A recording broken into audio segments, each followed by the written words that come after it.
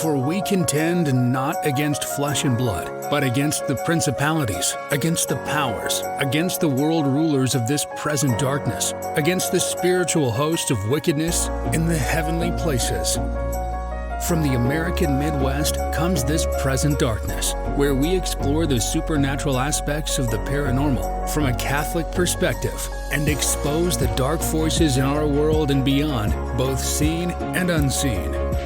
Now, here's your host, historian, paranormal investigator, author, and ghost lorist, Ursula Bielski. Welcome, everyone. I'm Ursula Bielski. Welcome to This Present Darkness. For those of you who don't know me, I am a 35-year veteran parapsychologist, historian, folklorist, and a lifelong Catholic. And on this channel, we look at everything in the world of the supernatural from a Catholic and Christian perspective. I'm going to try a new format tonight for this kind of a sort of blog video. If you may have noticed, a few weeks ago, I started issuing a blog each week, rather lengthy blog each week with a companion video. And so that's what I'm doing right here. So we're still going to have interviews with great people and all that kind of stuff. But for these particular kinds of like informational videos where we look at a haunting or another kind of possession case or something like that, and then analyze it, I'm going to try this format because I think there'll be a lot less ums and ahs and more coherence to it. And want to make sure I get in all the material too, because I always forget things. So let me know what you think of this. I also popped up some headphones so it has some better sound. So let me know what you think about this podcast style. And then without further ado, let's get started on tonight's case.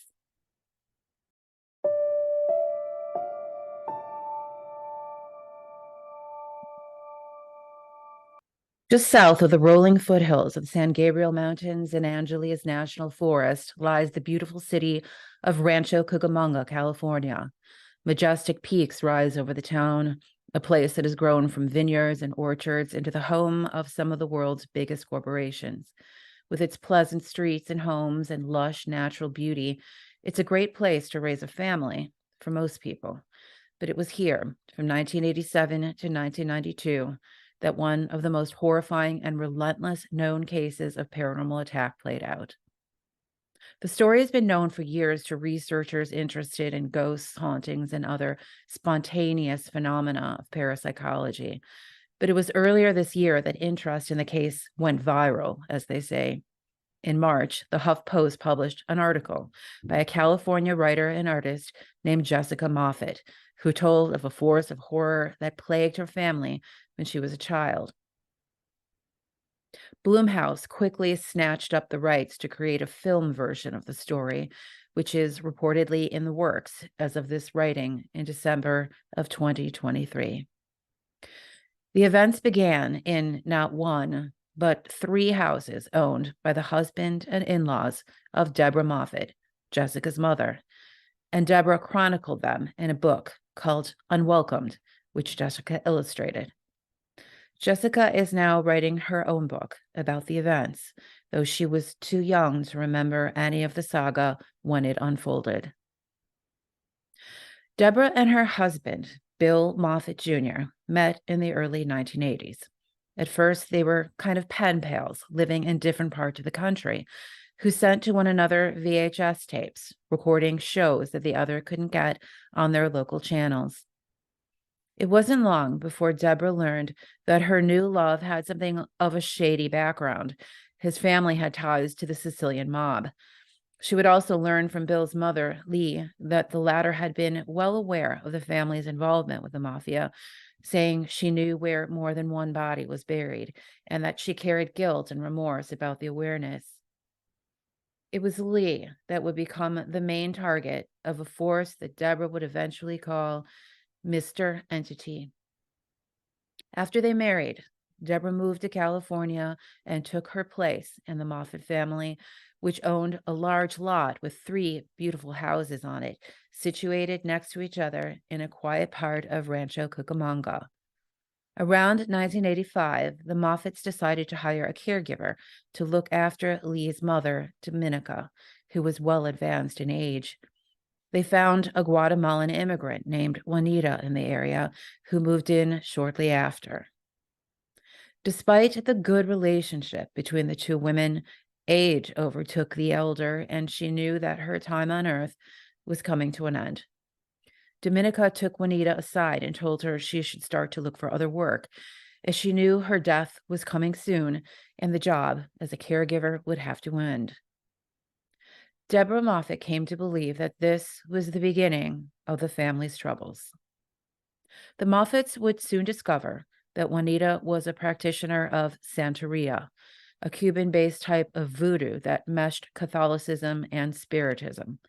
They would later learn that Juanita, fearing for her livelihood, attempted to extend the old woman's life through occult rituals, but it all backfired. The night Dominica died, Juanita returned to the house. In the wee hours, she called Deborah, frantic. Deborah and her husband flew from the house to see what the commotion was about, but as they crossed the lawn to head next door, Juanita came running out of the house, screaming for her life. Her panic was so great that she fell down the stairs. The Moffitts froze in their tracks.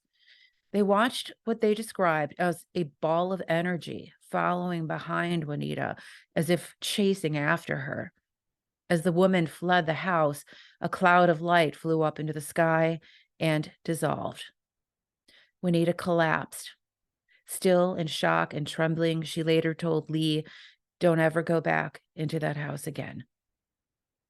But a few weeks later, Lee, despite the warnings, went next door to clean in preparation to rent out the house. There, she found candles, blood, feathers, and, to Catholic Lee's deep distress, a scattering of broken rosaries. After their wedding, Deborah and her husband had lived in Bill Jr.'s house, the third of the family's 3 adjacent homes. They decided shortly after to move into Bill's parents' home, as Bill Jr. had a serious medical condition and the family wanted to be together. After the move, they found a tenant, Monty, for the former home, but soon things began to happen around this house and this tenant as well. At first, it was the tenant's belongings. His personal items would inexplicably appear in the middle of the house. In the middle house, where the Moffitts were all now living. Baffled, the Moffitts felt unable to even return them. How could they explain being in possession of them at all? The Moffitts had leased the house with the understanding that the tenant had the run of the place, with one exception. Deborah's husband kept a room in the house for his sports memorabilia, a prized collection. He kept the door locked, but occasionally visited the room after the tenant moved in. One day, Bill and Deborah visited, and Bill Jr. unlocked the door to find the large number of his bobblehead sports figures had been formed into a huge triangle on the floor. The door had been locked, as usual, and only Bill Jr. had a key, but someone obviously had gotten in. Of course, the Moffitts assumed the tenant had done it, but when confronted, he denied it.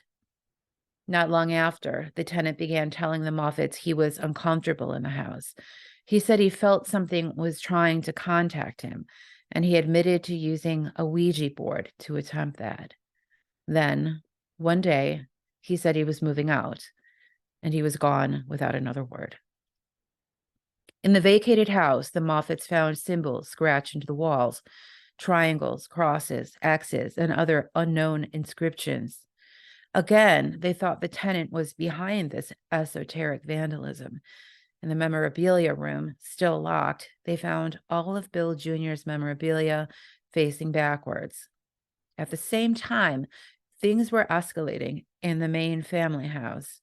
Deborah told the late radio host Art Bell that during this time, the phenomenon wasn't threatening. It was amazing, she said. Things would disappear from one room and appear in other rooms in the literal blink of an eye.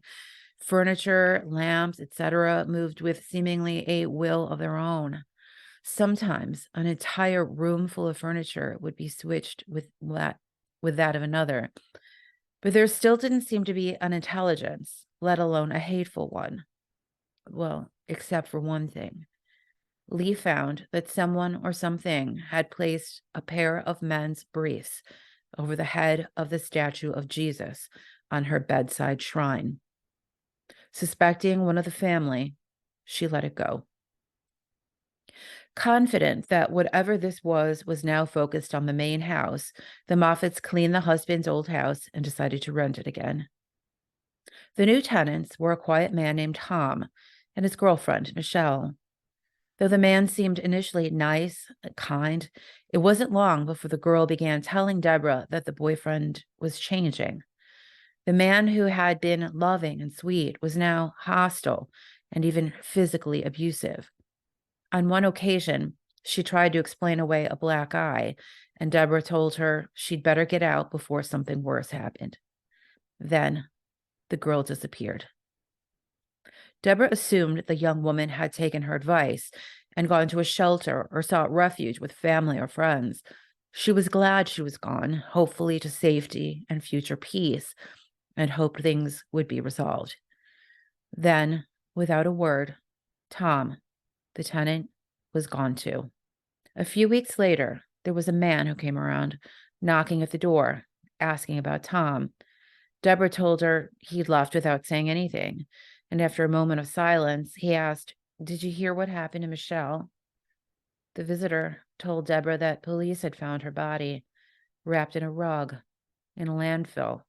Mostly because of the family connections to the mafia, the Moffitts never went to the police about the visitor's story.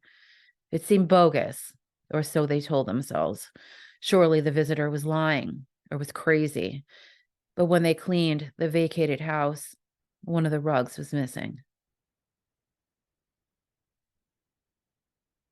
Events continued to escalate on the Moffitt property among the three houses, and eventually the family decided to sell the houses and to move. On their last day on the lot, they were packing up the last boxes in the main house when they heard what sounded like a bomb had gone off in the kitchen. Rushing down to investigate, they found the cabinets had been ripped off the walls. While staring at the disaster, dumbfounded, a huge crash ripped through the upstairs. Running back up, they found the bedroom windows blown out as if by a hurricane. That night, with the cars full of boxes, the Moffitts left the family dog at the house to come back and collect in the morning and assess the damage. But when they returned, the dog had been pulled halfway through one of the 4-inch wide spaces in the wrought iron fence. It was dead. The damage prolonged their total departure from the houses where everything had begun. But when the Moffitts were finally settled in the new house, it was like paradise. Bill Jr.'s mother and father lived upstairs in a beautiful suite of their own, and downstairs, Deborah and her husband enjoyed their own space. About 3 weeks after the move, a picture of Lee's deceased sister was found turned backwards. Lee said maybe it was her dead sister saying hello, but they all knew that wasn't it. They knew the thing had followed them. It was after this move that the poltergeist activity started. Bangings in the night, screaming, all became part of daily life in the new house. The mysterious symbols they'd seen at the tenant's house also began to mark every part of the house and every one of their belongings. X's, crosses, strange wheels, and other marks were scratched into the plaster and the molding, cut into the bedding and clothing. In particular, one symbol appeared more and more often, a triangle with a squiggly tail. One day, they found the symbol had been cut out of a 14-foot-long rug. On another, it was carved out of one of the mattresses. Later, it would be found scratched into the family car. One night, soon after the move, the family was serenaded by what sounded like Native American drumming. Bum, bum, bum, bum, bum, bum, bum, bum, for hours through the night. And then the messages started. The first of them was written in soap on the bathroom mirror. Talk to me. it said. At first, the entity pretended to be Lee's deceased sister, as Lee had hoped it was when she'd seen the picture turned around. The thing used the dead sister's nickname of Nini to convince Lee of the truth of the claim, but they all knew from the start it was lying. At first, of course, every person in the family thought one of the others was doing it, but they all denied it. And so, to test their suspicion of one another, the four of them would write a question on the mirror. Then they'd shut the door, wait a minute, and open it, and there would be writing. Exasperated and in awe of what was happening, they finally asked of the writer, "What is your name?" writing it again in soap on the mirror. Then they filed outside the bathroom, closed the door, and as usual, waited. When they opened the door, the entity had answered. On the mirror in soap was written, "Prince." Scores of messages later, the family knew that one message encompassed all of them. "I hate Lee," the thing wrote. It was Lee who was the target. Over and over, this thing through the writing said it hated her, was going to kill her, that she was going to die. The thing tormented Lee day and night. It cut the arms out of her clothes, bleached the rest of her clothing hanging in the closet, cut up her wallet and money and ID cards. Over and over, it pulled off the heads and left arms of her religious figures, including that statue of Jesus. Knives would be found on Lee's chair, sticking up through her bed and stuck deep in the walls of her room. At the beginning, there was little writing and a lot of destruction. Though it focused on Lee, no part of the house was safe from its wrath. The thing decimated every room in the house, gouging its symbol into the walls, floors, and doors until everywhere was marked with its sign. It used baby powder, Vaseline, and cooking grease to draw it on the carpets, the furniture, and even the vehicles. A triangle with a tail. On one occasion, Deborah walked into the small master bedroom downstairs, and the four-poster bed, too large to turn without taking it apart, was standing on end on a single leg. It hovered there long enough for her to take a picture. On another occasion, a detailed, elaborate wheel was drawn on the mirror, like a Wiccan calendar of the year, with a variety of names etched with soap within the spokes. At the bottom was the name Baal. Lee, a Catholic, believed she was being punished for her sins. Ashamed, she long rebuked the family when they talked about bringing someone in to help, but finally she relented. Lee, a Catholic who had not been to church for many years but prayed at a bedside shrine each night, believed she was being punished for her sins. Ashamed, she long rebuked the family when they talked about bringing someone in to help. Finally, however, she relented. The first person they called was a priest. When he arrived, he stood in the foyer and wouldn't go any further into the house. He flicked holy water into the parlor and muttered some prayers. Even Deborah, not Catholic or religious in any way, said, "Aren't you supposed to go from room to room?" He said no, but it was fine. Then he said, "I have to go." Lee tried to explain that they desperately needed help, more help than this. She began to tell him the horrifying details of their situation. He turned to Deborah, made the crazy sign with a finger to his temple, and ran out. No one could get rid of it. The Moffitts began bringing in every kind of help they could think of in an effort to drive out the thing Deborah now called Mr. Entity, refusing to call it by its stated name of Prince. After each left, the entity would critique the visitors with soap writing, saying this one was a joke or this one had no power. Mr. Entity also repeatedly wrote simply, "fools." Deborah knew that this one was meant not only for their string of visitors, but for the Moffitts themselves. Mr. Entity took to bringing up things from the past, often shameful things the family members had done, and it began making predictions about the future and about things that had happened far away that no one could have known. A few days after the famed parapsychologist D. Scott Rogo came to the house to investigate, the entity wrote on the mirror, "Scott Rogo is dead." Deborah erased it and pressed for more information. Mr. Entity replied that Scott Rogo had been murdered. The news that night confirmed that it was true. A still unknown assailant had stabbed Rogo to death in his home. Mr. Entity seemed to speak all languages and often wrote in a variety of them on the mirror. Its repertoire included an obscure dialect from Sicily, toe brush, that only Lee and Bill Jr. could understand. They would speak to one another in toe brush, thinking Mr. Entity couldn't understand them, and the thing would comment on their conversation in mirror writing, in toe brush.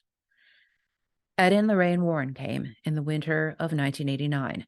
They stayed a long time. Lorraine, a self-proclaimed light trance medium, said there was a very ancient, very intelligent, and very evil being in the Moffitt house, one of the most powerful she'd ever encountered. She said to her husband, sitting next to her, "This is bad, Ed." After an initial investigation, the couple returned to do a rite of provocation designed to force the thing to show itself. When Ed began the rite, Bill Sr. began to change. His arm curled up to his chest, and his body became hunched over. Ed held what he said was a relic or piece of the true cross on which Jesus had been crucified. Later, Deborah would believe that Mr. Entity had entered the old man to speak through him. When Ed said, "God protects me, Christ protects me," he told the thing that the piece of wood he held would shield him from any harm.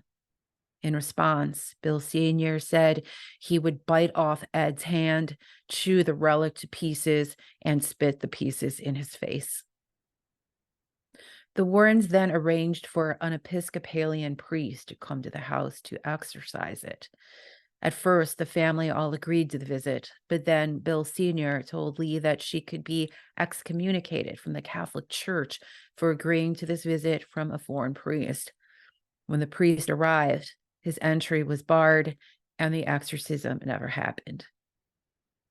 After the Warrens' visit failed to bring relief, the Moffitts continued to bring in every manner of occultist to try and rid their lives of Mr. Entity. They brought a Native American shaman who said he put the spirit into the family dog. After the dog became ill and died, the events began again. They brought in a witch from a nearby occult shop who performed a ritual in the house and announced that Bill Jr.'s illness had created a sort of tangible negativity that was now tormenting them. The talismans she left behind were found at the bottom of the swimming pool a few hours after she left. 2 local women came in, promising to get the thing to show itself so they could banish it. Deborah recalled later that it was the only time she ever heard the voice of Mr. Entity. Its sinister laugh could be heard thundering through the house as the women went from room to room, and it slammed the doors behind and in front of them until they fled. A magician came and placed eggs around the parlor, chanting something in Spanish. When the eggs started pelting him with violent force, he quickly made his exit. A voodoo priestess came from Louisiana, and in desperation, the family allowed another practitioner of Santeria, hoping the cause might also hold the cure. Then the Moffitts turned to science for help, reaching out to Thelma Moss, founder of the parapsychology lab at UCLA. The famed parapsychologist Carrie Gaynor arrived to investigate, but the investigation included a seance in which a psychic medium supposedly revealed the truth behind the family's affliction. She said the spirit in the house was that of Deborah's uncle, who'd been accidentally drowned by her grandfather as a child. The torment of Deborah's family was his revenge. Then they called Lloyd Auerbach, another well-known parapsychologist who came to investigate but left as baffled as the rest. By the time Evelyn Puglini arrived, the thing had taken over the entire upstairs suite where Bill Sr. and Lee had been living. The whole family, now with babies in tow, slept in the downstairs master bedroom together. Puglini, a witch from Chicago, was one of the most anticipated of all who came to the Moffitt house to help. Puglini was held in high esteem by people like Art Bell. She definitely put a spell on people with her intelligence and charisma. Mr. Entity was extremely comfortable with Puglini. The thing would write to her in symbols on the mirror, and she would respond in kind with symbols of her own. She claimed that the entity was one of the 7 princes of hell. Puglini announced that someone in the house was giving the thing permission to stay, and so she couldn't get it to go. She performed a ritual to disclose who it was. That night, Bill Sr. woke up choking, unable to breathe. After a minute, with the family gathered around thinking he would die, he swiftly stopped and fell back asleep. "It's him," Puglini said the next morning. Before leaving, Puglini made a last-ditch suggestion to Deborah. "Give Mr. Entity a room of its own, and it will leave the rest of the house alone." But Deborah refused. What Puglini said, however, made more and more sense the more Deborah pondered it. Earlier on, after those first months of threatening, hateful messages toward Lee, Deborah had finally asked Mr. Entity why it was targeting her mother-in-law, a sweet little old lady. In a detailed response, so long that for a good half hour Deborah had to keep erasing the writing to give the thing more space, the entity spun the most detailed of its many convoluted tales.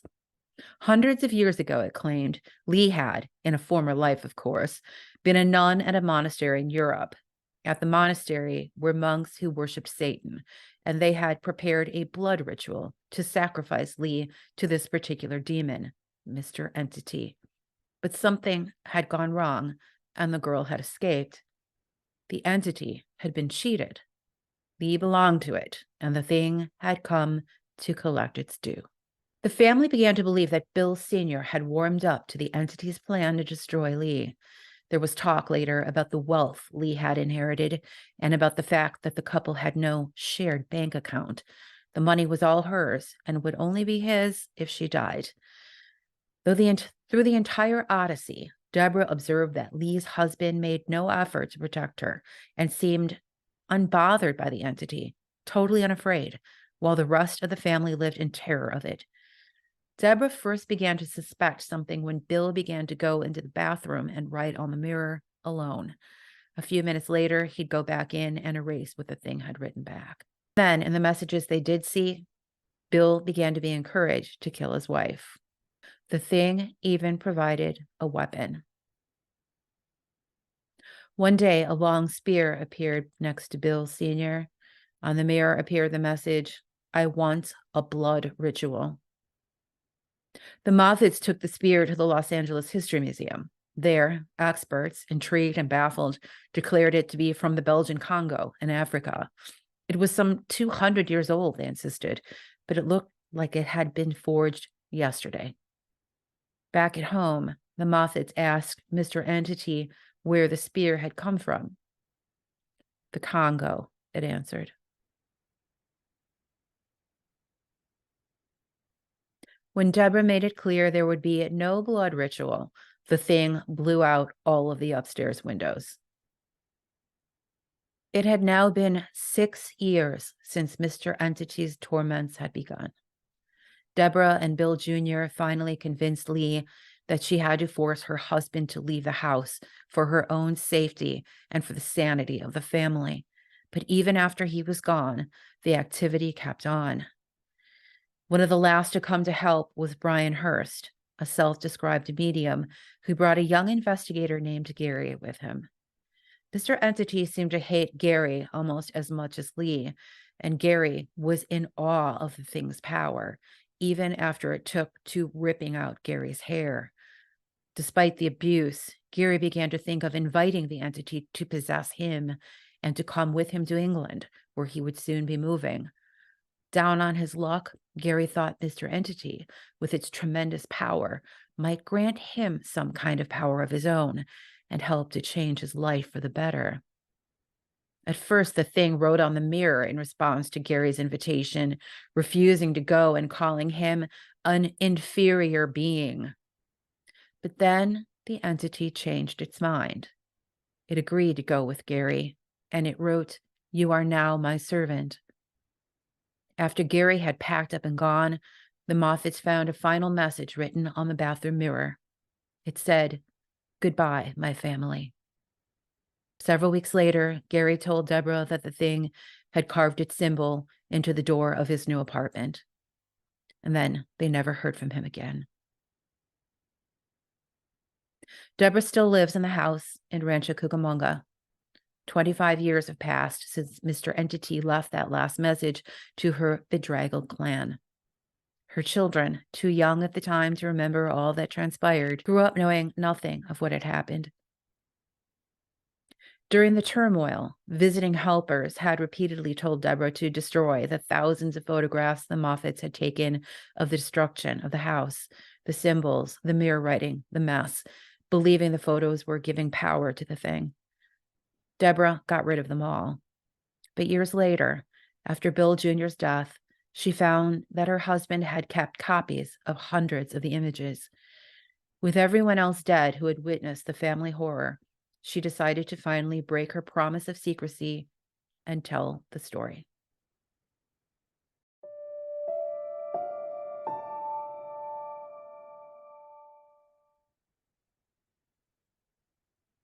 Many have tried to deduce just who or what Mr. Entity was. A popular claim is that it was a jinn. A jinn is a mythical Muslim or Arabian entity, a trickster spirit that's supposedly lower than a fallen angel, but very powerful. Some search through occult books to find an identity behind the thing's signature sign, including a self-described light worker from Carson, California, named David Zabrinsky. David showed Deborah an old book with the familiar symbol in it, the triangle with the tail, and the words "demon of destruction." One caller told Art Bell that while serving in Afghanistan, he saw the symbol frequently and that it was a symbol of a powerful jinn known as the head of the devils. I want to talk a little bit about about this case because it's sort of like a perfect storm and also kind of a case book of what not to do when you have this kind of a problem in your family or home. Um, first of all, addressing that idea that this might have been a jinn. There, there are no other. There's not this big taxonomy of evil spirits. Jinn, fairies, fae, sylphs, nymphs. Nature spirits. That just isn't the case. Spiritual beings, I mean, of course there's God, and then there are angels, and angels are either good angels or fallen angels, the angels that Lucifer took with him when he fell. And throughout millennia, of course, all across the world, these fallen angels have inspired these detailed traditions of folk tales and folk beings, whether it's the jinn in the Arabic world or whether it's the fae in the UK, the British Isles, the whole taxonomy of Native American spirits here in the United States or in the Americas. But this is all just them playing with us. These are beings that they take the guise of. So they'll take the guise of different kinds of beings, different spirits, to fool us, to play with us, and to just humiliate us with how gullible we are, to the games that they play. And of course, to lead us into conversation with them and to lead us into liking having them around, such as leaving food out for the fairies and things like that. And you'll find, leaving offerings to these beings and communicating with them. during this, I didn't really mention this a lot in this piece, but Deborah often talked in her book and has talked about in interviews, the communication was of the essence to this entity. If they did not communicate with it by, writing back on the mirror or talking to it, it would completely destroy the house. So they would be rewarded for talking to it. And at one point, the entity even encouraged them to use a Ouija board to communicate it with it, which Deborah refused to bring into the house.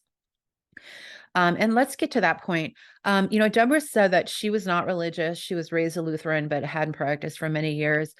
She said that, apparently no one else in the family was practicing their religion. Lee, she called a devout Catholic, but also in the same sentence said that she had not been to church for many years. These are mutually exclusive things. You can't be a Catholic and not go to church and receive the sacraments. You are bound to attend Mass at least on Sundays and holy days of obligation, and to receive the sacraments, confession, sacrament of reconciliation, and the Holy Eucharist, of course. So it actually might have worsened the situation that Lee was, she was apparently had some kind of a shrine set up at her bedside with all kinds of statues, and she would pray here every night. And I don't know what kind of a relationship she had with these saints. As Catholics, we do not pray to statues, but I don't know, it's weird. I don't know, maybe she was praying to these statues, which would have been really bad. But at any rate, this lack of religious practice in the house was part of kind of the perfect storm that led up to this. And it just baffles me, though, when someone's in a situation like this, the first thing I would do is like run to church and like be the holiest person on the block, but nobody apparently felt compelled to do that outside of trying to get help from the church. And I think they also had the baby baptized when they went to try to meet with the exorcist that didn't actually get to come into the house, the Episcopalian exorcist.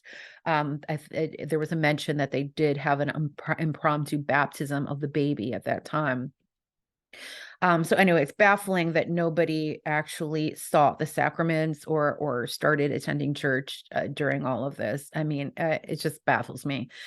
Some of the other things that happened, of course, kind of the worst thing you could do in a situation, especially where there's no religious practice going on in the families, is to bring something like Santeria in. Of course, this appeals to demons to fulfill the things that you're asking for. And so Juanita, who was this caregiver that had come in to take care of the grandmother, she was dealing with demons. And of course, they found evidence of her practice of Santeria when they went in to clean the house. Brian Hurst, who was that last medium that came in, I was looking at the reviews of Deborah's book on, I don't know if it was Deborah's book or I think it was the fictional account that was done by Joey Albrecht. There was 2 books, one written by Deborah, illustrated by her daughter Jessica. That was the non-fiction account, and then there was a fictionalized account written by Joey Albrecht. I'm not sure which book it was, but in the reviews, Brian Hurst actually talked about the case and talked about how he had been in the house and that it was all true and it actually happened. And he said he believed that Bill Sr. had been having some kind of affair with Juanita, this housekeeper that was practicing, or the caregiver that was practicing Santeria. So, I mean, I don't know if that was true or not, but if that was true, I mean, oh man, that's like really bad, right? So there's that. Some of the and then of course, we've talked a lot about Ed and Lorraine Warren. Yeah, Ed and Lorraine Warren, I guess at some point were Catholic. I don't know if they were practicing Catholics by this point or later in life. I'm still not sure if they were sedevacantists, which is someone who is in schism with the church, who does not believe that Vatican II was a valid council. And so sedevacantists don't believe that we've had a valid pope since the early 1960s. So they're in schism with the church. They think that we're in schism with the church. So it's just awful. But at any rate, I knew before that Ed and Lorraine Warren would often appeal to sedevacantist bishops to do the exorcisms in their cases. And I know they also were mentors to my friend Ralph Sarchi the former New York City police sergeant who was the inspiration for the film Deliver Us from Evil. Very traditionalist Catholic person. I know Ralph is a sedevacantist. And so it seems to me that Ed and Lorraine Warren were sedevacantists. And so they weren't actually valid Catholics. They were in schism with the church. But at any rate, no, yeah, it's great that Ed and Lorraine Warren had a great faith in Catholic faith, and that they would bring relics and things like that, as Ed did, into the situation. But still, the idea that Ed was doing these rites of provocation, talking to these demons, that's not anything that anyone but a priest should be doing. So that is completely heretical and wrong, for a Catholic to be doing that, unless you are an ordained priest and sanctioned as an exorcist and approved by the bishop to actually be in the case. So there's no way that Ed should have been doing this stuff. Lorraine, she claims she was a light trance medium. We do not consider these to be gifts from God. We consider them to be demonic wisdom. And if you have gifts, so-called gifts, quote unquote, like these, we should not be using them. So Lorraine should not have been using these gifts or these abilities or information that she was being given. So at any rate, so that it turns out that Ed and Lorraine were just, they're just another one of a long line of people that were using occult tools to try and help this family. And I do not blame at all the Moffitts for turning to all of these different people, because they tried to do the right thing. They tried to go to a Catholic priest for help. Priest came in. This priest was woefully unqualified to come into this situation and help. He should have realized, he should have blessed the house. He should have checked up on them. And when if he found that it was still happening, he should have appealed to the bishop for an exorcist to be assigned to the case. And that should have rectified the situation. We see that did not happen here. So the chain was broken, and the bishop was never contacted, as far as I can tell. Or if he was part of that whole generation, and sadly, which still goes on now, although there are good, sensible priests and bishops now too. That period of time, again, there are so many priests and even bishops that just didn't even believe in this kind of manifestation of evil. Many still don't believe that there is even an actual person of the devil. They don't believe in Satan. So it can be really rough for someone in this situation, even a practicing Catholic, to get the help that's needed. So again, I don't fault Deborah and her family for turning to these other people. But it's like I always say, man, if there was not something evil going on in this situation already, there definitely was by the time this parade of occultists came in and had come and gone from the house, including shamans, witches, so-called light workers, mediums, people having seances, people doing magic, Santeria, voodoo. I mean, come on, guys, right? You know better than this. At any rate, the kind of thing that what ended up happening was, something where someone invited this thing to come in him. I have read cases where this has happened. A lot of exorcists will tell you that this is not something like that, like possession's not catching, right? Like you can't live with someone who's possessed and like get possessed yourself. But it seems like there have been cases where people have invited someone else's demon to come into them and to possess them, often a family member who's so distraught by their child suffering or their spouse suffering that they just want to relieve that suffering in some way. So they ask that spirit to come into them, and sometimes it seems that does happen. I'm trying to think of what else I was going to talk about in this case. And I think maybe that was all I was going to touch on, except the fact that the family is now opening up this case again. I totally understand that Deborah, after everyone was dead that had gone through this, wanted to talk about it again and wanted to share this with people. And I'm, of course, throughout my career, one of the main things, or the main thing that I've always wanted to do from the beginning, was to share the reality of this kind of spiritual phenomena with people, to encourage a belief in it and to hopefully bring people to belief in God. And so I understand where Deborah's coming from, where she wanted to come forward and to tell the story and share the story, and to convince people of the reality of this kind of phenomena. And so she wrote her book, and there was another fictionalized account written about the situation, and that's all very well and good. I also understand that these two books are out of print now. I think the cheapest copy of A Deadly Haunting, which is the fictionalized account, is like $200, and that's like the lowest price. So I understand too the frustration of having your work out of print. As an author, that's happened to me in the past, and you feel like you've lost like a child, kind of like, because your work's not out there, your experience isn't out there.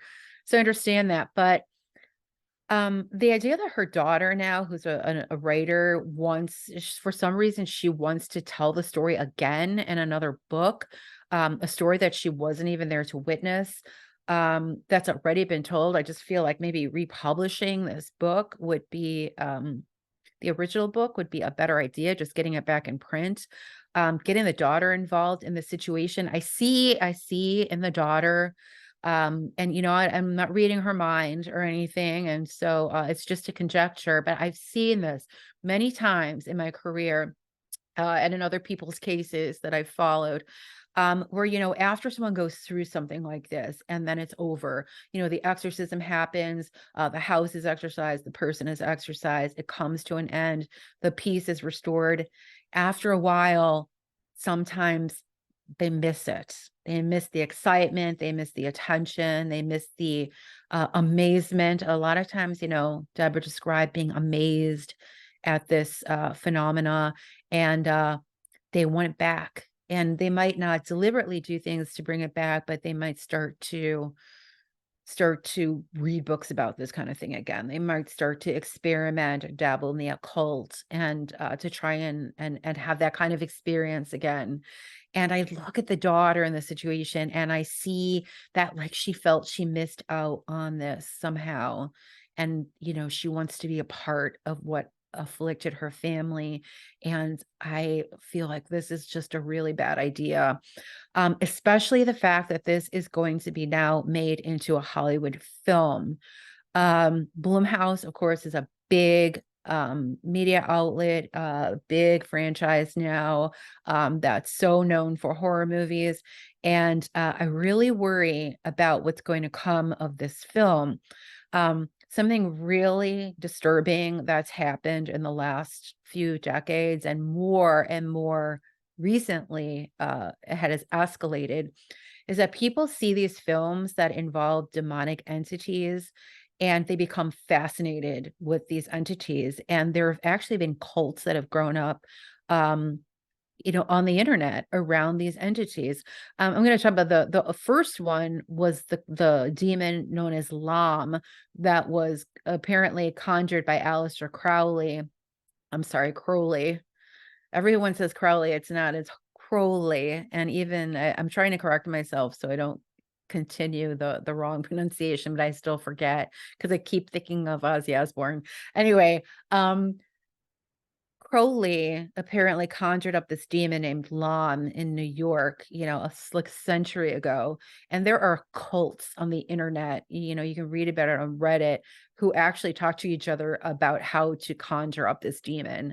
That has been followed by, for example, in the movie Hereditary that came out a few years ago, this also, I believe, a Middle Eastern demon from Muslim folklore known as King Paimon. There is a whole cults around this demon on the internet from this movie since it came out. And there's all these people that are trying to conjure up King Paimon, this demon. That's also the case with the film The Exorcist. When The Exorcist came out, and ever since then, there's a cult that's grown up about around the demon Pazuzu, and people have been trying to conjure up the demon Pazuzu that featured in the film The Exorcist. So I know when this movie comes out, the same thing is going to happen. We're going to have a whole other generation of people forming these cults around this goofy Mr. Entity, Prince, whatever the hell he, no pun intended, that he, wanted people to call him. And it's just not what people should be doing. It's another symptom of people having no spirituality, no relationship with God, no relationship with Christ. And it's just a damn shame. Again, no pun intended. I hope that you have enjoyed this look at one of the most terrifying and extensive cases of demonic manifestation. I still don't know if it was a possession of Bill Sr., or someone else in the house, or if it was an infestation of the property. It does seem to be the former, but I suppose I don't know if we'll ever know any more about that unless we have hopefully in the future we'll have an exorcist on that can talk to us about, maybe shed some light on what was going on in the situation from a proper Catholic exorcist perspective. So thank you so much for being here with me. Let me know if you like this new podcast scripted format with the commentary afterward. And please like this video, share it, comment on it. I put so much work into all of this every week. It's like, I don't really have a full-time job. I do have a little freelance work that I get each week that helps me to contribute to our household expenses. Since I lost my business during the pandemic, it's been really, really difficult for me to try and get to a position where I have that dignity of having an income where I can really contribute enough to feel like I'm really contributing. So when you like and share and comment and subscribe to the channel, if anybody wants to follow me on Patreon, it really, really helps me to try and get that dignity back and to try to contribute to society again with, all of the knowledge I've accumulated and the experiences that I've had over these many, many years now. So I really, really appreciate you. And I really thank you for being here. I'm going to be back next week with another episode of This Present Darkness. And until that time, I am Ursula Bielski. Remember to pray for ghosts. Thanks for being here. Take care.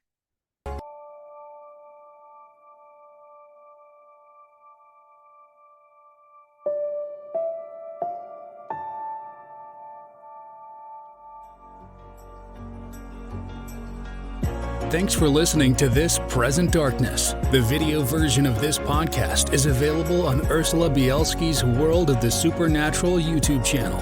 Be sure to become a subscriber by signing up with Buzzsprout today. And remember to sign up for the World of the Supernatural mailing list at worldofthesupernatural.com for our monthly newsletter and more. And don't forget to support the podcast through Patreon.